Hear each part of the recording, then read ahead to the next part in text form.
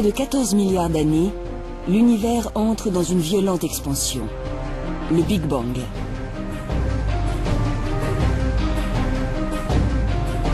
Le temps, l'espace, la matière et l'énergie surgissent du néant.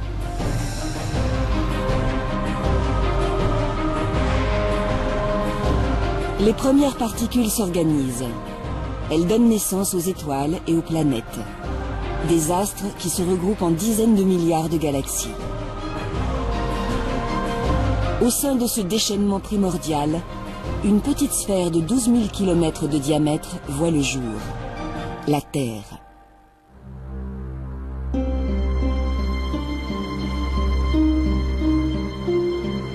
Elle tourne à 150 millions de kilomètres de son étoile.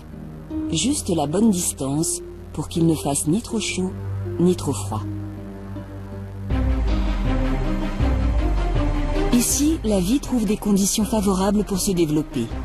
En 4 milliards d'années, les océans, les terres et le ciel ont été colonisés. L'homme apparaît il y a seulement quelques millions d'années. Son intelligence lui a permis de s'adapter rapidement au monde qui l'entourait et petit à petit, il a assis son emprise sur la planète entière. Aujourd'hui, nous sommes plus de 7 milliards. Nous construisons toujours plus haut, nous voyageons toujours plus vite et nous communiquons instantanément partout à travers le globe. Nous maîtrisons la matière, l'énergie et même les mystères de la vie. Pourtant, nous restons bien vulnérables face à la puissance de la nature. Par hasard, une succession d'événements a abouti au monde tel que nous le connaissons. Par hasard aussi, ces phénomènes pourraient l'anéantir à jamais.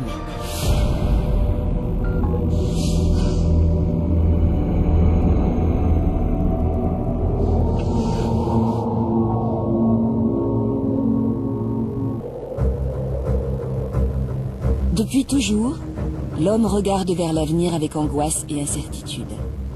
Il est le maître du monde, mais il sait pertinemment que ce monde pourra être réduit au néant.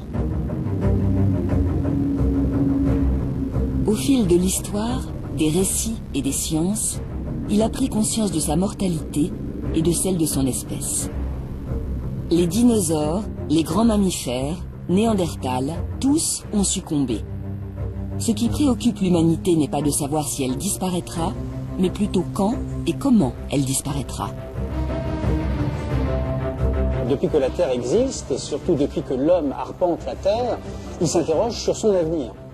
Il s'interroge sur son avenir et à défaut de l'imaginer, il le détruit.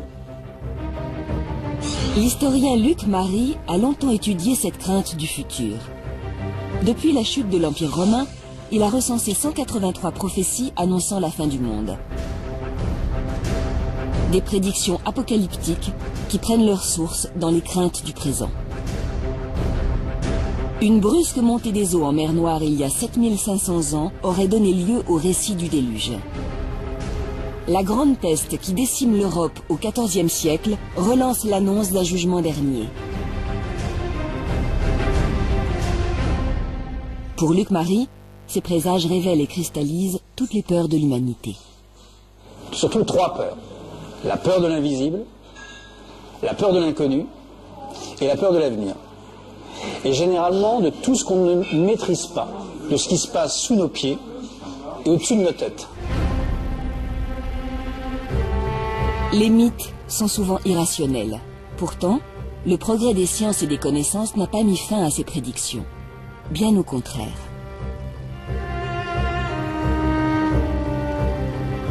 Les scientifiques nous ont appris que tout ce qui existe dans la nature est périssable. Et nous ont appris aussi que l'environnement terrestre est hostile. Donc les scientifiques ont rejoint quelque peu les religieux en disant que oui, en effet, on peut envisager une fin. Au-delà des croyances, la fin du monde serait bel et bien prévue par les scientifiques. Alors qu'en est-il vraiment ? Quel malheur risque de s'abattre sur nous ? La première menace pourrait bien venir du ciel. Méconnu et inaccessible, il fut la scène privilégiée des prophéties au cours de l'histoire.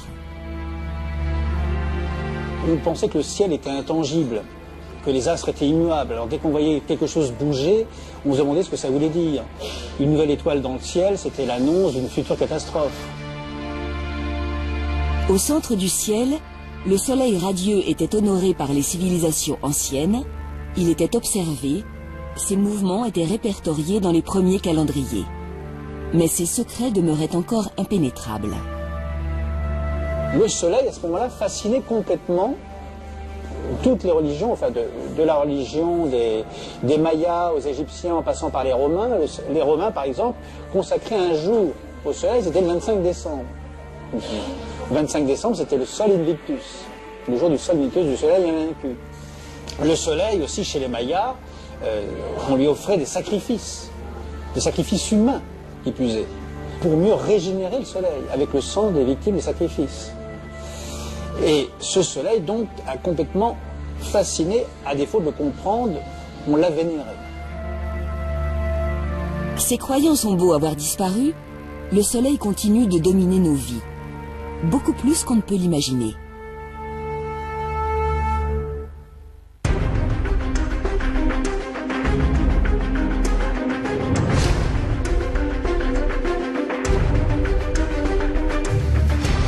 La science nous apprend aujourd'hui qu'il est loin d'être aussi calme qu'il en a l'air.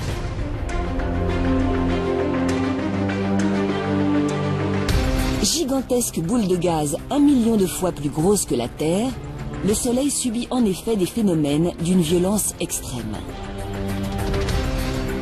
Dans son noyau se produisent en permanence des réactions nucléaires qui transforment l'hydrogène en hélium. La température y atteint 15 millions de degrés et l'énergie dégagée est phénoménale.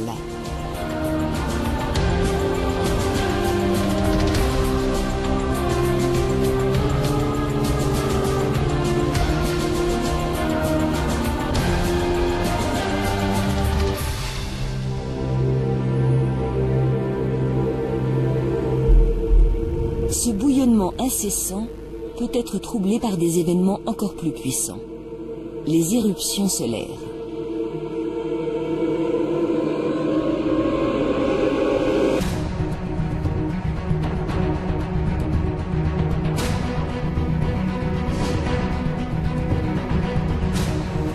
De véritables tempêtes qui projettent de la matière jusqu'aux confins du système solaire et peuvent mettre en péril toute notre civilisation.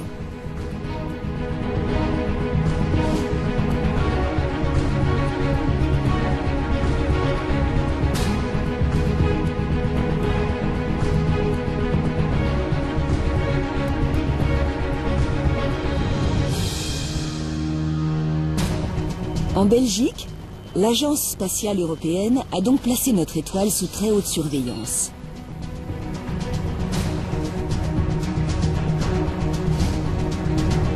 L'objectif, comprendre comment naissent ces gigantesques explosions et surtout tenter de les anticiper.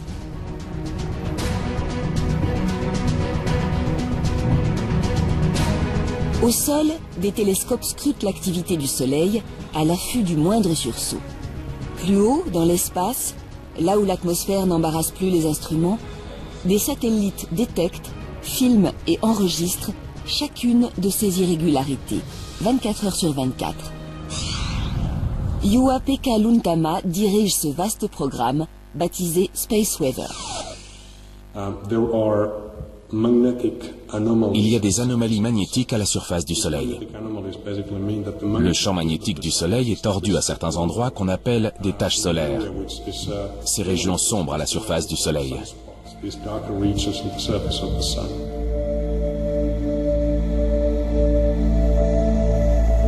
Au cœur de ces taches, le magnétisme est si fort qu'il isole la région du reste de l'activité solaire.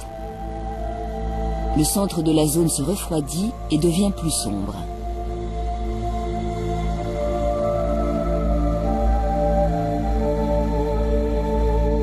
Certaines taches mesurent 10 fois le diamètre de la Terre, et c'est autour d'elles que les éruptions semblent prendre naissance.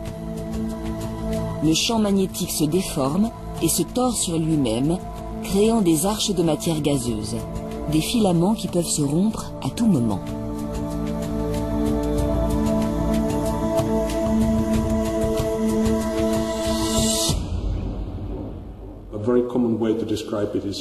C'est comme un élastique.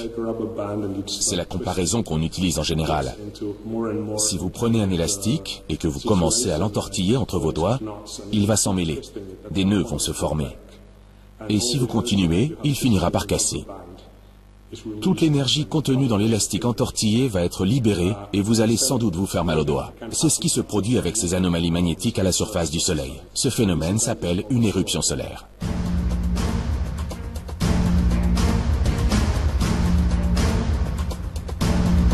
L'énergie retenue par le champ magnétique est relâchée d'un coup. Le rayonnement émis équivaut à celui de plusieurs millions de bombes nucléaires. En parallèle, des milliards de tonnes de matière sont violemment projetées dans l'espace. Lorsqu'une telle éruption se produit en direction de la Terre, cette matière solaire fonce vers nous à une vitesse prodigieuse, plusieurs millions de km/h.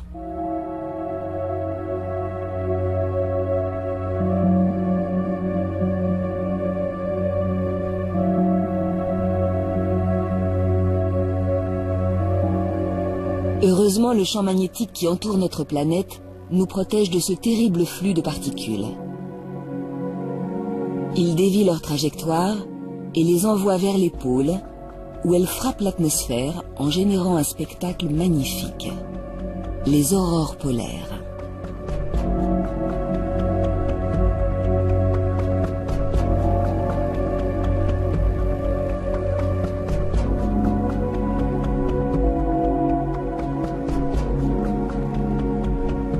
Mais des tempêtes solaires particulièrement violentes peuvent avoir d'autres conséquences, bien plus dévastatrices.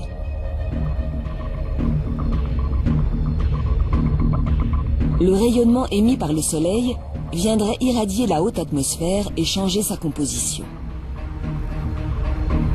Les signaux émis par les satellites seraient perturbés, et parfois même totalement rompus. Système de navigation et de guidage, télévision, Internet, téléphone portable, notre réseau mondial s'effondrerait.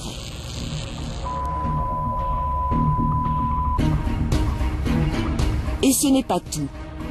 Le champ magnétique de la Terre ne jouerait plus totalement son rôle de bulle protectrice. En le percutant, les particules solaires interagissent avec lui et génèrent des courants électriques. Elles provoquent des orages magnétiques. Certains animaux vont remarquer ces tempêtes, notamment les oiseaux qui s'appuient sur le champ magnétique de la Terre pour leur migration. À cause de ces tempêtes, ces oiseaux seront momentanément désorientés. Mais le problème principal avec ce genre d'événement vient de la présence sur Terre d'infrastructures conductrices, comme les lignes à haute tension, surtout celles orientées nord-sud. Les lignes à haute tension vont agir comme des transformateurs sur ces courants électriques présents dans la magnétosphère. Une partie de l'énergie de la magnétosphère va être véhiculée par les lignes à haute tension vers leurs transformateurs. Cela peut perturber sérieusement le fonctionnement des lignes à haute tension. Ça peut aller jusqu'à détruire leurs transformateurs, et donc dans ces cas-là, c'est la panne de courant.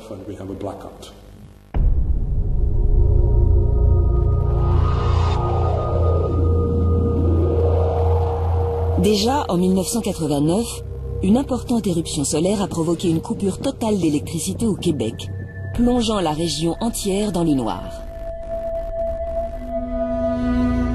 En 2003, le scénario s'est reproduit en Europe du Nord. Mais la tempête solaire la plus grave remonterait à 1859. Cette année-là, des aurores polaires sont visibles jusqu'à Cuba. L'orage magnétique associé aurait touché la quasi-totalité du globe, mettant les réseaux télégraphiques hors service. Si un tel événement se reproduisait aujourd'hui, le monde entier serait paralysé.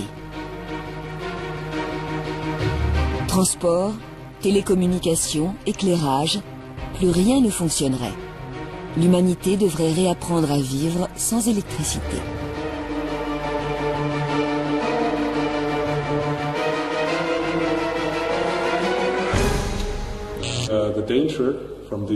Ces phénomènes solaires mettent en danger nos infrastructures, la navigation par satellite, qui est de plus en plus omniprésente, et plein d'autres systèmes. Sans oublier l'effet sur le réseau électrique. Une coupure de courant, ça a un impact majeur dans notre société actuelle. Selon les spécialistes, des éruptions de cette envergure se produisent tous les 100 à 500 ans à la surface du Soleil. La plus récente date de 150 ans. Le pire est donc à venir.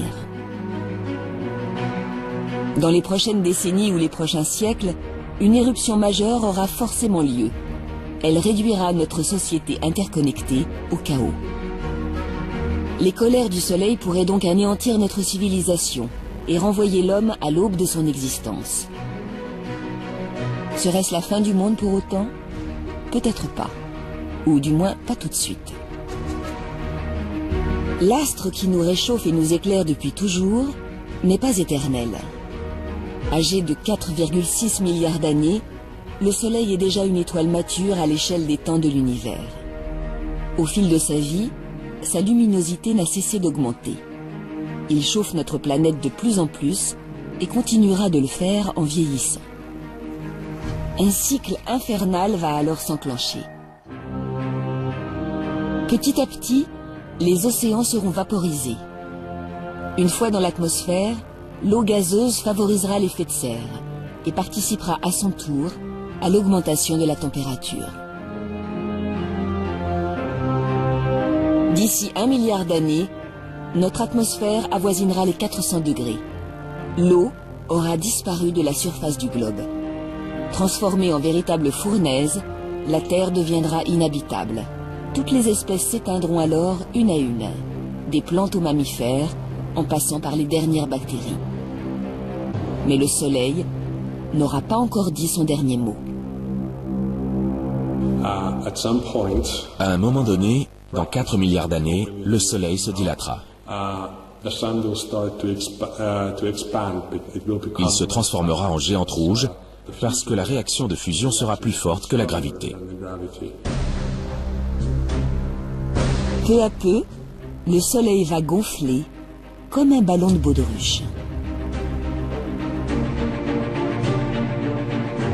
Il engloutira Mercure, puis Vénus, et s'arrêtera aux portes de notre planète. La température à la surface du globe se comptera alors en milliers de degrés, et la Terre finira par s'évaporer.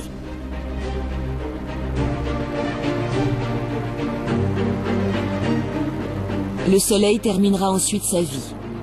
Il s'effondrera sur lui-même et se refroidira. La géante rouge deviendra naine noire, une étoile morte. La fin du monde aura donc bien lieu. La Terre née avec le Soleil disparaîtra avec lui.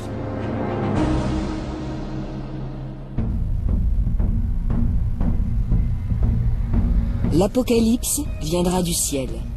C'est une certitude. Mais certains prophètes l'envisagent autrement, plus brutal, et surtout beaucoup plus tôt.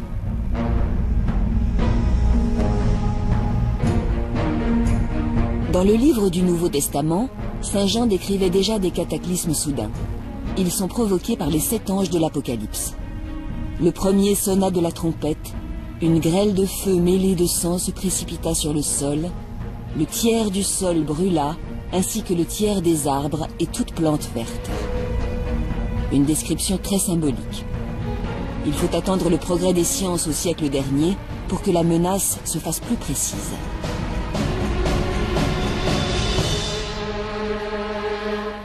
Au début du XXe siècle, il y a une fin du monde qui a été presque aussi médiatisée que celle de 2012, c'est celle du 18 mai 1910. Et cette fin du monde a été annoncée par un grand scientifique répondant au nom de Camille Flammarion, un astronome s'il vous plaît. Camille Flammarion parle de la comète de Halley. Cette année-là, il nous dit la comète contient dans sa queue un gaz, le cyanogène, qui peut asphyxier la moitié de la Terre. Et finalement, la comète en question, elle est passée très loin de la Terre, elle était à peine visible à l'œil nu. Mais ça a été une peur panique dans le monde entier.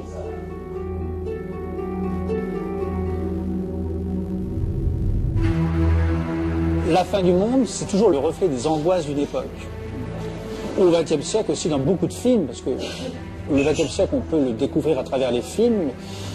Et ce qui est récurrent aussi, c'est les astéroïdes qui percutent la Terre. Cette fois-ci, la description des films hollywoodiens est sans ambiguïté. Un bloc rocheux de plusieurs millions de tonnes fonce à travers l'espace et percute la Terre de plein fouet. Voilà le scénario qui pourrait sonner le glas de la vie sur Terre. Un scénario tout à fait envisageable si l'on en croit les spécialistes. Notre communauté scientifique étudie les astéroïdes depuis des centaines d'années. Il y a 30 ans environ, certains ont découvert qu'on ne pouvait pas écarter la menace d'une collision entre un astéroïde et la Terre.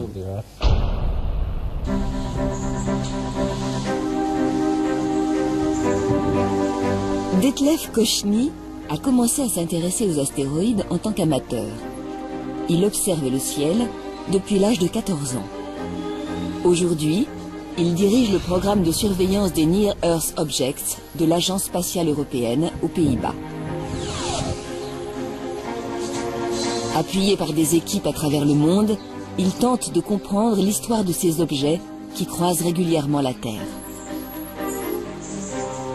Le système solaire s'est formé à partir d'un grand nuage de gaz et de poussière. Le Soleil s'est formé au centre, il produit de l'énergie, et tout autour du Soleil, les planètes sont apparues. Mais il est resté des particules de matière qui ont formé de petits objets. Ces objets peuvent avoir une dizaine, peut-être d'1 kilomètre ou même de centaines de kilomètres de diamètre. Et ces objets, ce sont des astéroïdes. Aujourd'hui, les astéroïdes sont rassemblés dans la ceinture principale, entre Mars et Jupiter, dans la ceinture de Kuiper, au-delà de Neptune, et dans le nuage d'Oort, aux confins du système solaire.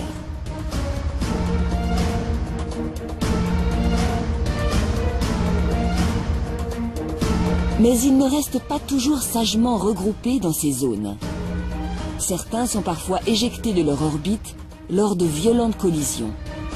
Ils errent alors dans le système solaire à quelques dizaines de milliers de kilomètres/heure et peuvent croiser l'orbite de la Terre à tout moment. Il devient impératif de les détecter et de connaître leur trajectoire pour anticiper une éventuelle collision.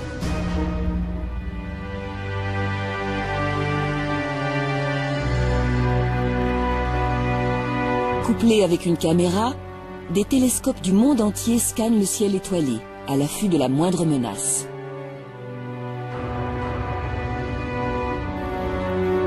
Dès qu'un objet est repéré, il est passé au crible.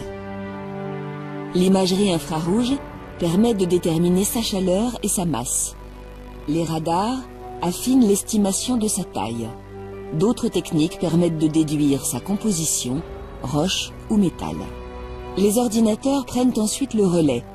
Ils calculent l'orbite et la dangerosité de l'objet à partir de toutes ces données. Mais l'équation est complexe. D'autant que la Terre joue elle aussi un rôle crucial dans la trajectoire des astéroïdes. Le problème, c'est qu'il pourrait aussi être dévié par la force d'attraction terrestre.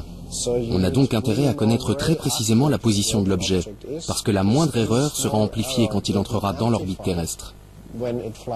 Et si l'on se trompe, l'objet pourrait entrer en collision avec notre planète à son prochain passage dans l'orbite terrestre. Nous devons donc observer en permanence les objets pour pouvoir suivre leur position exacte.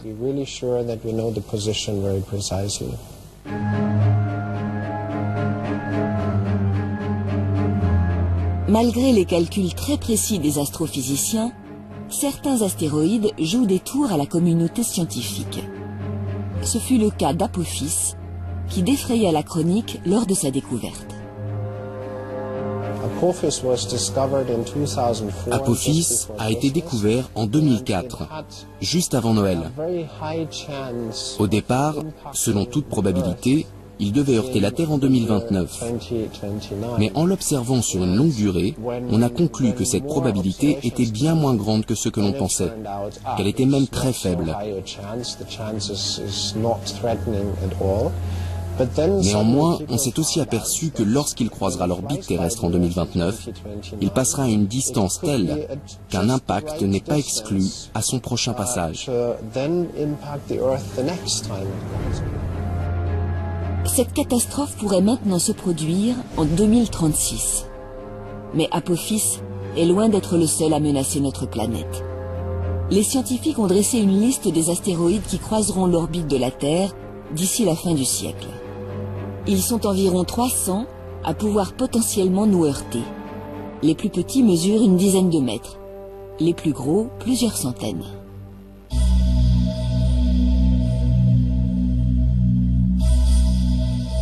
« 2010 AU 118, 894 mètres de diamètre et une chance sur 60 millions de nous percuter. 1979 XB, 681 mètres, une chance sur 2 500 000. 1999 RQ36, 560 mètres et une chance d'impact sur 1410. Plus l'astéroïde est grand, plus l'impact sera dévastateur. Pourtant, la menace la plus sérieuse ne mesure que 140 mètres. Elle s'appelle 2011 AG5. L'objet a une chance sur 500 de venir nous frapper, peut-être en 2040. Nous ne savons pas exactement où. Il faudra attendre le dernier moment.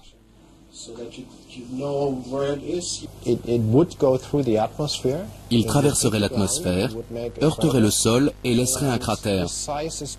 Étant donné sa taille, les dégâts pourraient être régionaux, voire plus importants. Des dégâts régionaux, ça signifie qu'il serait capable de détruire une grande ville s'il tombait dessus.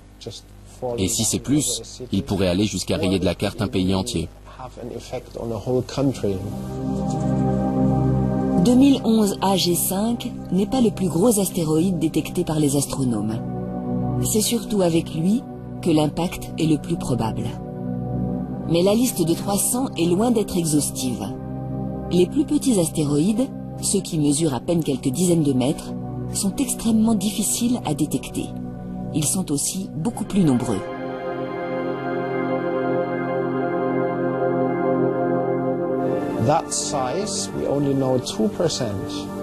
On ne connaît que 2% des objets de cette taille.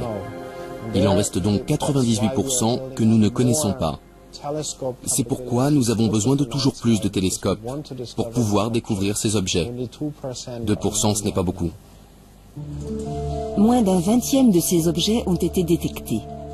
Et pourtant, s'ils ne détruiraient pas un pays entier comme leurs confrères, ils pourraient tout de même raser une grande ville. Les scientifiques continuent leurs recherches et les menaces ne manquent pas. Un astéroïde, connu ou non, pourrait très bien nous foncer dessus avant la fin du siècle. Sans parler de fin du monde, les dégâts seraient considérables. Des millions de personnes succomberaient. Face à ce risque, les chercheurs envisagent tous les moyens d'éviter la catastrophe. Si l'objet est relativement petit, c'est très simple. Vous évacuez la zone de l'impact. Mais encore faut-il connaître précisément cette zone d'impact. Dans le doute, il vaut mieux évacuer un périmètre plus large. S'il s'agit d'un objet de plus grande taille, capable de détruire tout un pays, là, il n'est pas réaliste de penser qu'on va pouvoir évacuer la zone.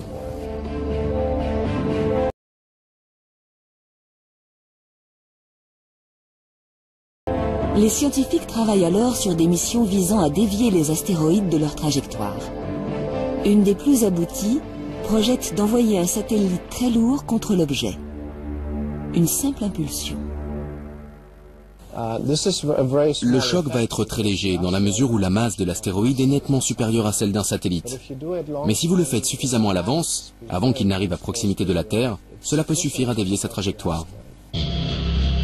Comme dans les films de science-fiction, on aussi envoyait directement tout notre arsenal nucléaire contre lui, voire le faire exploser de l'intérieur. C'est effectivement le seul moyen de dévier un astéroïde très proche de la Terre. Mais il vaudrait mieux éviter de le faire exploser. Il se désagrégerait alors en milliers de petits corps qui risqueraient à leur tour de heurter la Terre.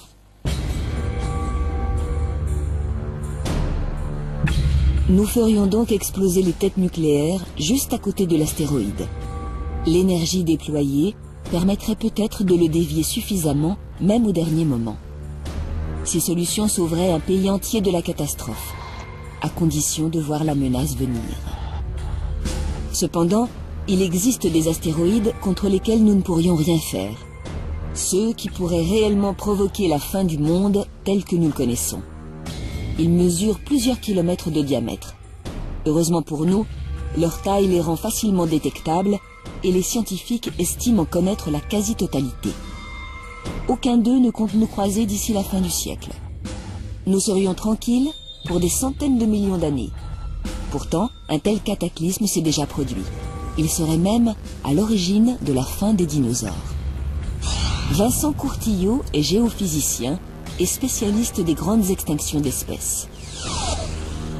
On pense qu'un astéroïde de 10 km de diamètre est tombé sur la Terre, quelque part au Yucatan, au Mexique, il y a 65 millions d'années.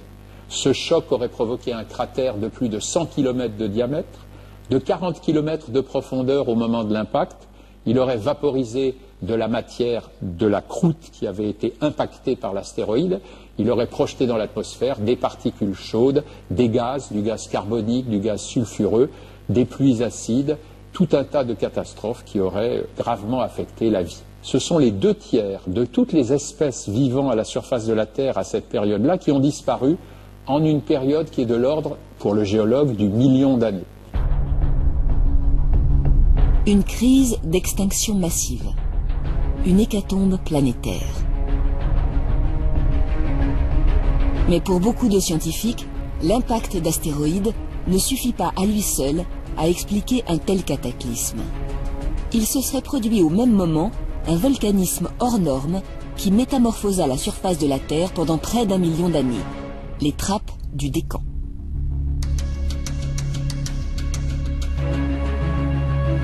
À 2900 km sous nos pieds, à la frontière entre le manteau de roche de la Terre et son noyau de fer liquide, de la chaleur s'est accumulée. Le noyau a chauffé le manteau et la matière est devenue plus légère, moins visqueuse. Une bulle de matière en fusion s'est formée.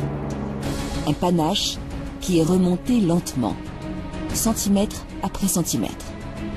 Des millions de kilomètres cubes de matière volcanique arrivent maintenant sous la croûte terrestre, à quelques centaines de kilomètres sous nos pieds.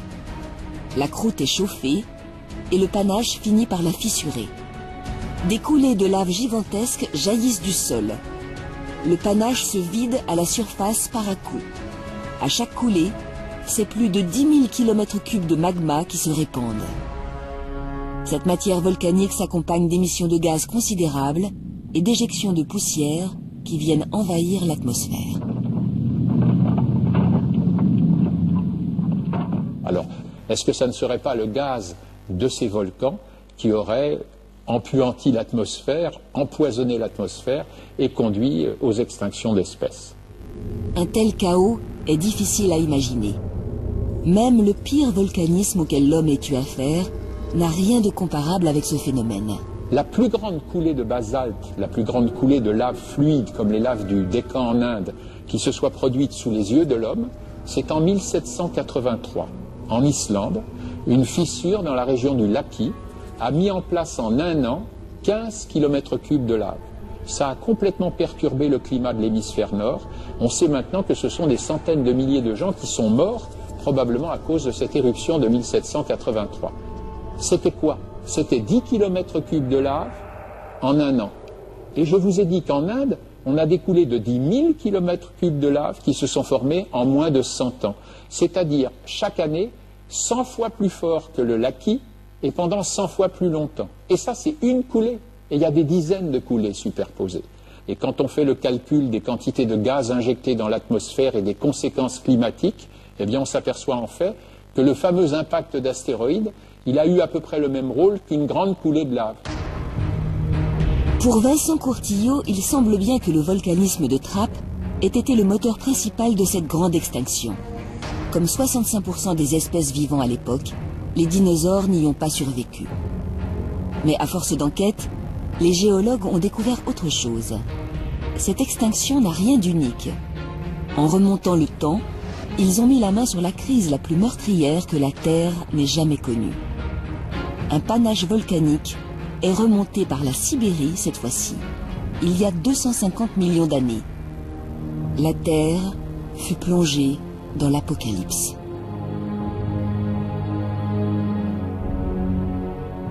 On pense par des calculs statistiques que c'est 99% de tout ce qui vivait sur Terre qui a disparu en moins d'1 million d'années.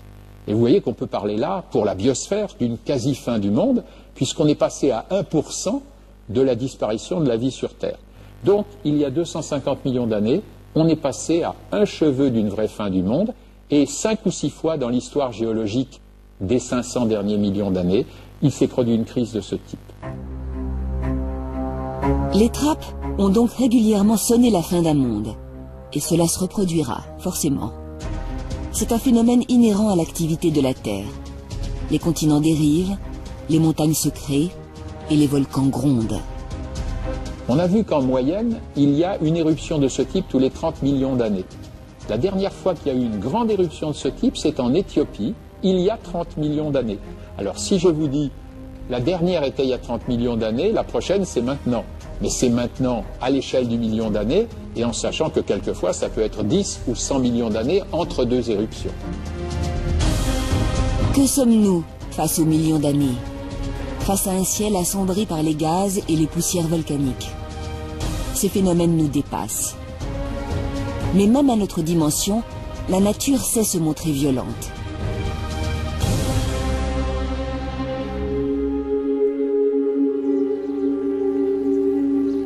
En l'an 79, les habitants des cités de Pompéi et d'Herculanum découvrent la colère du Vésuve. Des milliers de personnes périssent sous un nuage de cendres. Les chrétiens de l'époque y voient un signe de la fin de l'Empire romain.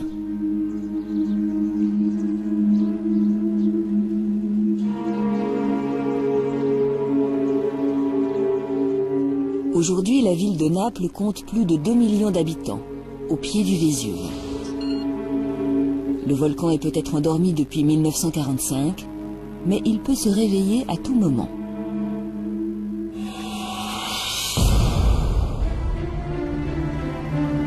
Et il n'est pas le seul à menacer l'agglomération napolitaine. De l'autre côté de la baie se trouvent les champs Flégréens. Une caldeira, un vaste cratère d'une dizaine de kilomètres, à l'intérieur duquel vivent 200 000 personnes. Moins connu, ce volcan est au moins aussi dangereux que son voisin. Il y a 35 000 ans, il démontra son potentiel destructeur en éjectant plus de 150 km3 de matière volcanique, 50 fois plus que le Vésuve lors de la destruction de Pompéi. Depuis 500 ans, les scientifiques croyaient les champs flégréens plus sages. Mais il y a 30 ans, le sol est remonté de plus de 3 mètres. Ce mouvement s'est accompagné d'une dizaine de milliers de séismes en l'espace de seulement 2 ans. Aldo Zollo, sismologue, a mené l'enquête. Si on regarde la composition des gaz qui sont émis ici, ils ont une origine profonde et une origine liée à la présence d'un magma. Donc on parle d'une couche de magma, un magma seal, à une profondeur de 8-10 km, avec une épaisseur de l'ordre de 1 km, mais étalée sur plusieurs dizaines de kilomètres carrés, ça fait des quantités énormes en fait, de magma disponible pour une éruption éventuelle. Finalement, là, on est dans quelque chose qu'on ne connaît pas encore très bien. Les habitants de Naples vivent à l'ombre de 2 monstres endormis. Nous ne comprenons toujours pas précisément les mécanismes de leurs éruptions. La ville doit donc les surveiller en permanence. Depuis 1841, Naples accueille le plus ancien observatoire de volcanologie, l'Osservatorio Vesuviano. L'observatoire a développé un réseau destiné à suivre les moindres mouvements des volcans au quotidien. On a bien sûr la sismologie, donc les réseaux sismiques pour détecter les sismes. On a les réseaux géodésiques à terre et spatial pour détecter les déformations. On a les réseaux de mesure des gaz, donc la géochimie.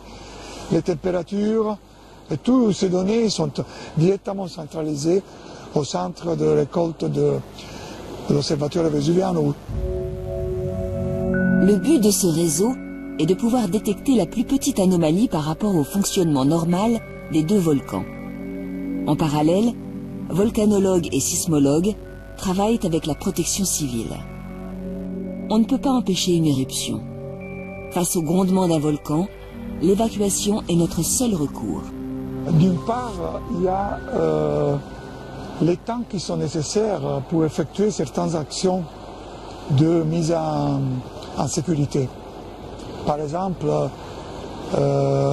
mettons qu'on veut protéger la région alentour de ce volcan, combien de temps j'aurais besoin pour mettre en sécurité, donc évacuer les personnes. Et nous savons que ces mécanismes de déplacement de population ne sont pas immédiats. Et donc, il faut être prêt pour agir le plus rapidement possible. Les scientifiques sont sur le qui-vive. Ils sont pourtant confrontés à un second problème. Une activité sismique hors norme. Une remontée de gaz ou une augmentation de la température sont autant de signes annonciateurs d'une éruption. Mais parfois, rien ne se passe. Plus on souhaite déclencher l'alerte en amont de la catastrophe, plus on risque la fausse alerte et le déplacement de dizaines de milliers de personnes. La société doit être prête à ce compromis. C'est le prix à payer pour vivre en sécurité au sein d'une nature brutale. Qu'est-ce qu'il existe entre ces volcans que nous connaissons à l'échelle humaine et les énormes trappes où nous avons chiffré les volumes de lave en millions de kilomètres cubes?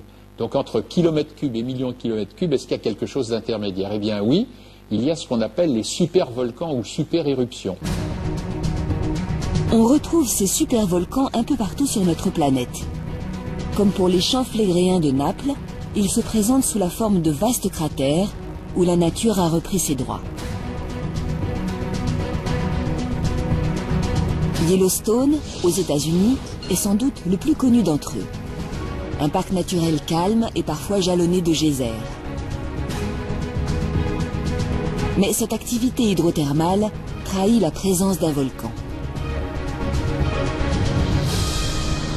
Ce que les géologues ont découvert, c'est dans toute cette région, sur des milliers de kilomètres carrés, des cendres volcaniques dont ils ont vu que le volume était en fait considérable et qu'ils ont daté en utilisant les isotopes, et ils se sont aperçus que ces éruptions avaient le même âge.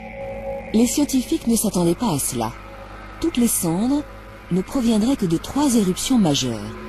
Elles auraient eu lieu dans les 2 derniers millions d'années. Les chambres magmatiques des volcans actuels que nous connaissons sont de l'ordre de quelques kilomètres cubes du volcan. Les chambres magmatiques des super-éruptions devaient faire quelques milliers de kilomètres cubes. Plus de 2000 km3 de magma éjectés en une seule éruption. 1 millier de fois plus que le Vésuve lors de la destruction de Pompéi. C'est quelque chose d'assez effrayant quand sans doute sur des centaines de kilomètres carrés, des fontaines de lave et des explosions et des effondrements de calderas se produisent en même temps. Mais on ne pense pas que ce soit vraiment des fins du monde. Pour le Yellowstone, c'est plus de la moitié des États-Unis qui seraient dévastés. Mais là encore, ces éruptions sont difficiles à prévoir. Nous ne pouvons pas les étudier à l'échelle des millénaires. Nous savons simplement que le Yellowstone est entré en éruption tous les 700 000 ans environ. La dernière date de 640 000 ans. Et la prochaine? Dans 1000 ans? 10 000 ans? Nos lointains descendants verront ce monstre à l'œuvre. Une vision apocalyptique sans doute, mais pas de fin du monde annoncée. Le mot apocalypse, ça veut dire révélation. On dévoile l'avenir. On dévoile l'avenir, c'est pas forcément la destruction, mais c'est une révélation sur les temps à venir. Donc ça peut très bien aussi être l'avènement d'un monde nouveau, plus juste. Astéroïdes, volcanisme, extinction de masse. Nous voyons ces événements comme des malheurs. Il s'agit pourtant des moteurs de la vie. L'histoire nous apprend qu'ils ont provoqué la fin d'un monde à plusieurs reprises. Mais ces cataclysmes laissent aussi le champ libre aux survivants. Il y a 65 millions d'années, les dinosaures ont disparu. D'autres espèces ont alors pu se développer très vite sur cette nouvelle terre, débarrassée de la concurrence. Ce fut le cas des mammifères. Ces espèces se mettent à évoluer très vite après ces catastrophes et à remplir petit à petit toutes les niches écologiques qui ont été laissées vacantes. Donc chaque extinction est suivie d'une renaissance et d'une diversification qui fait qu'au bout d'un moment, la biodiversité devient plus forte qu'elle n'était avant la catastrophe précédente. Et si on regarde comment évolue la biodiversité depuis 500 millions d'années, on voit qu'elle évolue de façon irrégulière, elle grimpe rapidement, occupe les niches écologiques, elle est en partie vidée par une catastrophe, mais elle repart de plus belle et aujourd'hui, la biodiversité est plus haute qu'elle n'a jamais été. Une mort, puis une renaissance. L'homme est le fruit de cette histoire chaotique et nous avons su en tirer profit. Nous avons colonisé la planète entière. Nous avons développé des outils pour dompter le monde. En fin de compte, nous ne sommes plus si petits face à la nature. Du haut de ces 7 milliards d'individus, l'humanité joue un rôle décisif sur la planète. James Aronson est écologue. Il étudie ce rapport entre l'homme et la nature. Une relation qui a profondément changé depuis quelques siècles et qui marque une ère nouvelle. On appelle cette ère l'Anthropocène, savoir l'ère géologique dominée par l'homme, où l'homme est l'espèce dominante, non seulement de la Terre, mais aussi de la biosphère. Pour satisfaire nos besoins croissants, nous puisons toujours plus de richesses. 60 milliards de tonnes de ressources naturelles sont extraites tous les ans, 2 fois plus qu'il y a 30 ans. Les exploitations humaines se développent partout où elles le peuvent. Sans y prêter attention, nous épuisons les sols, nous polluons, nous détruisons des milieux et des habitats naturels. Une des conséquences immédiates est la chute alarmante de la biodiversité. 50 à 1000 fois plus d'extinction d'espèces que lors des processus naturels. On a l'impression que la nature est infinie et peut absorber n'importe quelle quantité de pollution et peut toujours fournir nos besoins en matières premières.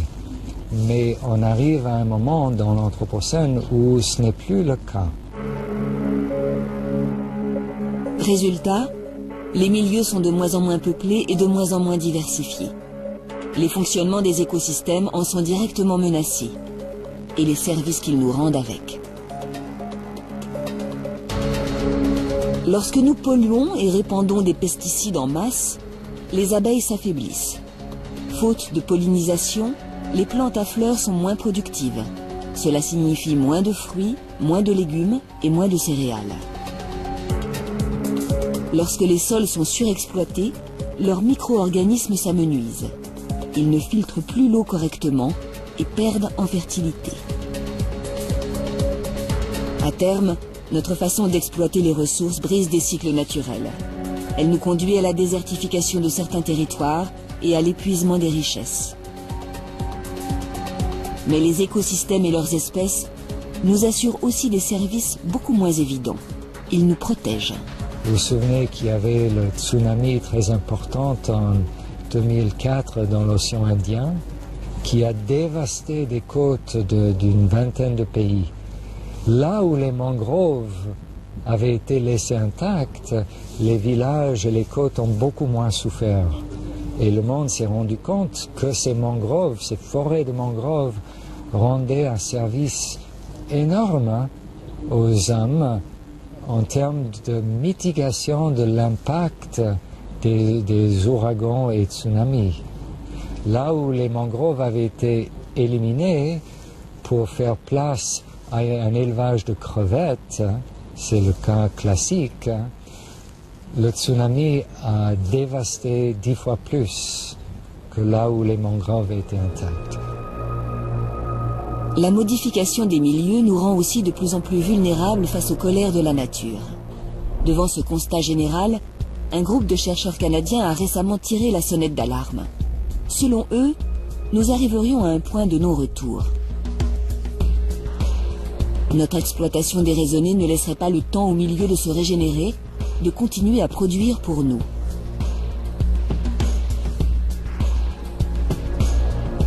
Il arrivera un jour où nous ne pourrons plus rien tirer de la nature, et il sera trop tard pour faire marche arrière. Sans ressources et sans protection naturelle, l'humanité sera affamée, assoiffée et démunie. Ces scientifiques prévoient le drame pour la fin du siècle, c'est-à-dire demain, à l'échelle des temps géologiques.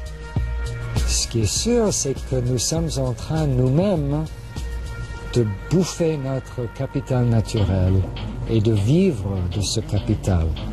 De ce fait, nous dégradons notre propre qualité de vie, notre capacité de réagir aux changements globaux et à notre bien-être, tout simplement. Si tout le monde vivait comme un Européen, aujourd'hui, tous les êtres vivants aujourd'hui, il nous faudrait 2 terres.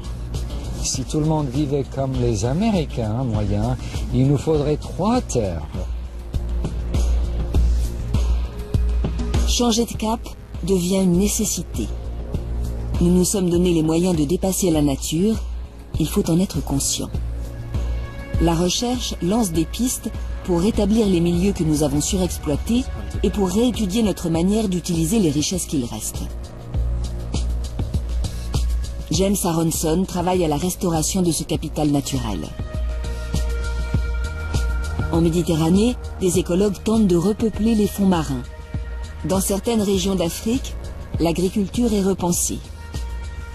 Un peu partout dans le monde, des projets fleurissent pour éviter que l'homme ne provoque à son tour la fin d'un monde, le sien.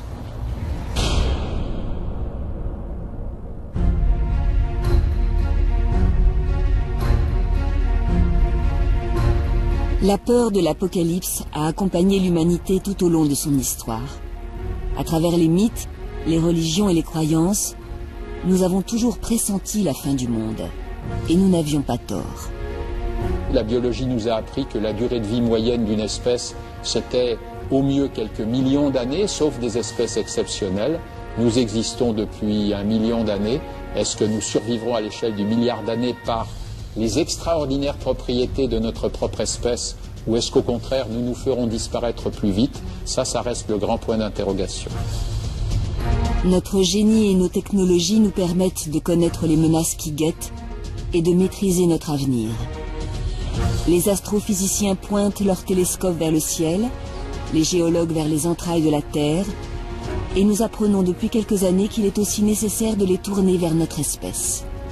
Car la fin pourrait arriver plus rapidement que prévu. En serons-nous les témoins ?